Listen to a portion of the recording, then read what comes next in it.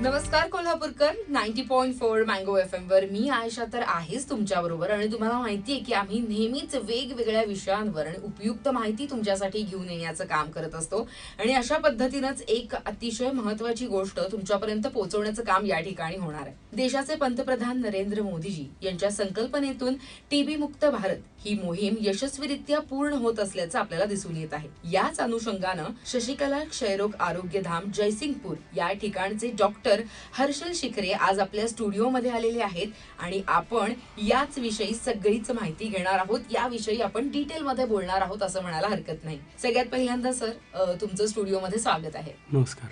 नमस्कार सर. तर आपण सगळ्यात पहिल्यांदा जाणून घेऊया की शशिकला क्षयरोग आरोग्यधाम याची संकल्पना कशी अस्तित्वात आली. नमस्कार, मी डॉक्टर हर्षल शिखरे, वैद्यकीय अधिकारी, शशिकला क्षयरोग आरोग्यधाम जयसिंगपूर येतोय. या संस्थेची स्थापना ही 1937 साली माननीय डॉक्टर A.J. पाटील कोल्हापूर यांनी स्थापन केली होती. त्यांच्या पत्नीचे निधन क्षयरोगाने झाले होते. पत्नीच्या स्मरणार्थ त्यांनी क्षयरोगांना चांगले उपचार मिळावे, क्षयरुग्णांसाठी वेगवेगळे आरोग्यधाम असावे यासाठी त्यांनी कोल्हापूरचे त्यावेळचे संस्थेचे महाराजे यांच्याकडून उदगाव परिसरातील जागा आरोग्यधामसाठी मिळवली. डॉक्टर पाटील यांनी शशिकला क्षयरोग आरोग्यधामसाठी एक ट्रस्ट निर्माण करून या एक संस्था मोठी व्हावी व गोरगरिबांना त्याचा लाभ मिळावा यासाठी ट्रस्टकडे सुपूर्द केलेली स्वर्गीय S.S. भिर्डी हे ते ट्रस्टचे प्रमुख होते. त्यांनी सर्व हयात क्षयरुग्णांच्या सेवेसाठी संस्थेच्या भरभराटीसाठी खर्ची घातलेली होती. क्षयरोगावर प्रभावी औषधोपचार व्हावे उपलब्ध होत होती. क्षयरोग आटोक्यात येऊ लागल्यानंतर तसतशी ही संस्था कमी झाली, रुग्णसंख्या कमी झाली. त्याच्यामुळे त्याचं उत्पन्न व मत्तीचा ओघ कमी झाल्याने व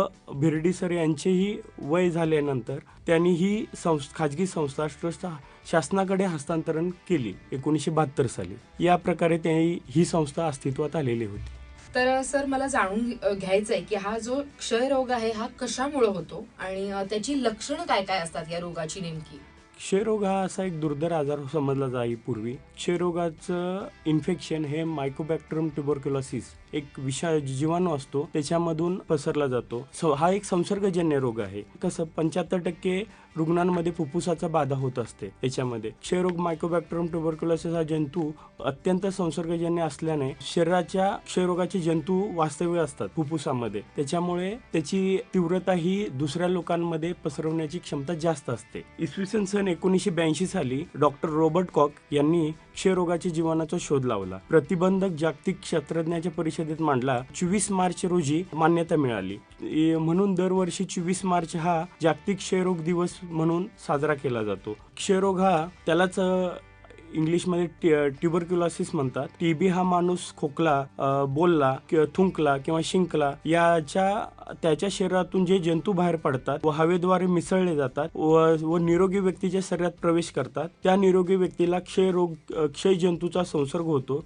संसर्ग झालेल्या व्यक्तींचा रोगप्रतिकार शक्ती कमी झाल्यास अशा व्यक्तींना क्षयरोग होण्याची शक्यता जास्त असते. याची लक्षणे वजन कमी होणे, भूक मंदावणे, रात्री अपरात्री ताप येणे. ची तीव्रता अशी वाढत जाते की जेणेकरून ते भूक मंदावणे किंवा वजन कमी होणे या सर्व बाबी क्षयरोगाच्या फुफ्फुसाकडे उद्भवण्याचे चान्सेस जास्त असतात. क्षयरोगाचे ऍक्च्युली 2 प्रकार असतात. याच्यामध्ये पहिला प्रकार आहे तो फुफ्फुसामध्ये जाणवला जातो. दुसरा प्रकार आहे तो इतर अवयवांना होणारा व्याधी याच्यामुळे होतात. क्षयरोग बरा करण्यासाठी सुरुवातीला त्याची क्षयरोगाची लक्षणे कमी होणारे वजन असेल, थकवा असेल किंवा श्वास घेण्यासाठी त्रास होत असेल, ताप येणे, रात्रीचा घाम येणे, भूक न लागणे यासारखे लक्षणे जाणवतात. त्याच्यामुळे आपण समजू शकतो की बाबा आजार आहे. मग यासाठी त्यांनी वैद्यकीय अधिकारी किंवा जवळचे प्राथमिक आरोग्य केंद्र असू दे किंवा कुठल्याही आरोग्य संस्था असू दे यामध्ये जाऊन त्यांनी त्यांची पूर्व तपासणी करणे अपेक्षित आहे, जेणेकरून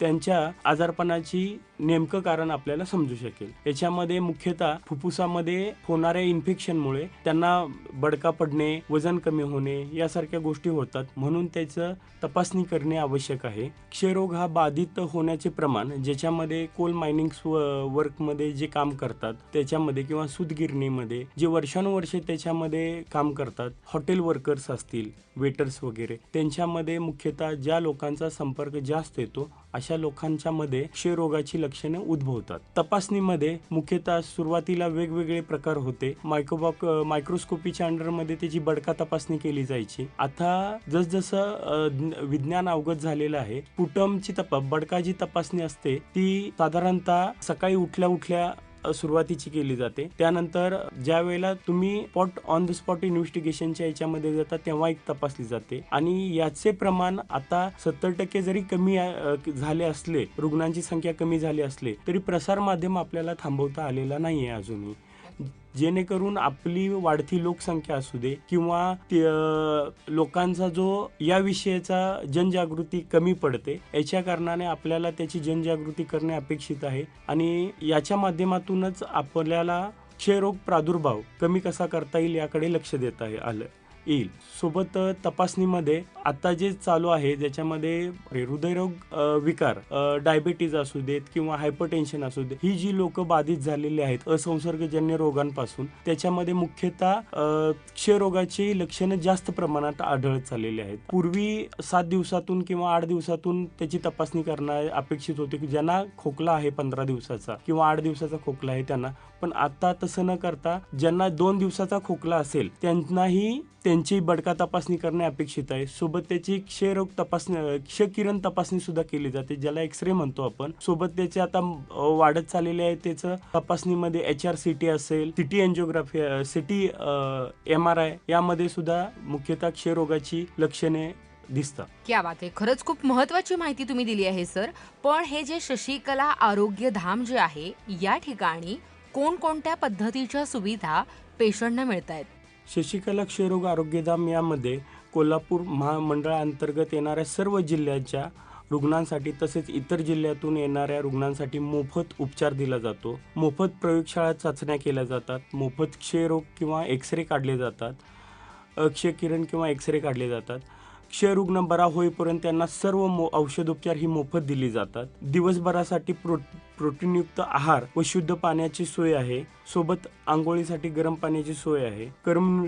करमणुकीसाठी दूरसंच आहे, टीव्ही म्हणतो त्याला आपण. 24 तास आरोग्य सेवा उपलब्ध असते. प्रशिक्षित वैद्यकीय अधिकारी, अधिपरिचारिका, कक्षसेवक, सफाई कामगार या सर्व तिथं सेवा देण्यासाठी उपलब्ध असतात. सोबत निक्षय पोषण अंतर्गत प्रतिमाह जे रुग्ण आंतररुग्ण विभागामध्ये येतात किंवा ज्याच्यामध्ये बाह्य रुग्ण विभागाद्वारे आम्ही त्यांना उपचार पद्धती देतो, त्यांना 1,000 रुपये प्रति महिना शासनामार्फत दिला जातो.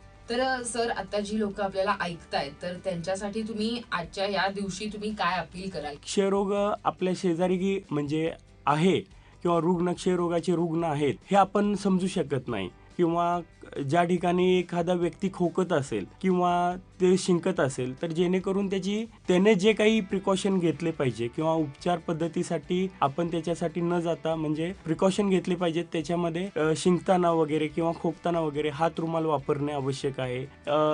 त्वरित आजाराची लक्षणं जाणवल्यानंतर लगेच त्या वैद्यकीय अधिकाऱ्यांच्या सल्ल्याने त्यांची तपासणी करणे अपेक्षित आहे. जे औषध उपचार दिले जातात ते वेळेवर घेणे अपेक्षित आहे. 6 महिन्यामध्ये हा रुग्ण बरा होतो, ज्याच्यामध्ये 2 फेज असतात. एक असतो तो 56 दिवसाचा कालावधी असतो, ज्याच्यामध्ये आम्ही प्रायमरी ट्रीटमेंट देतो.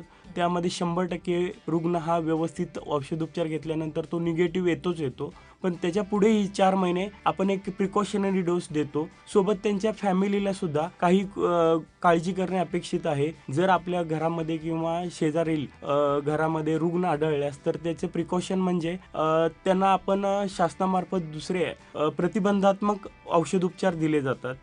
त्याच्यामध्ये आयनाचे एक प्रकार असतो, 3HP एक प्रकार असतो.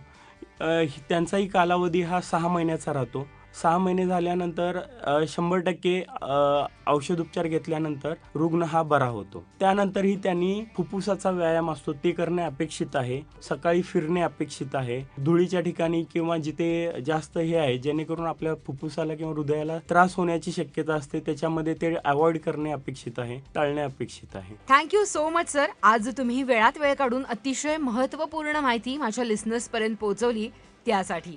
ऐकत रहा 90.4 मँगो FM.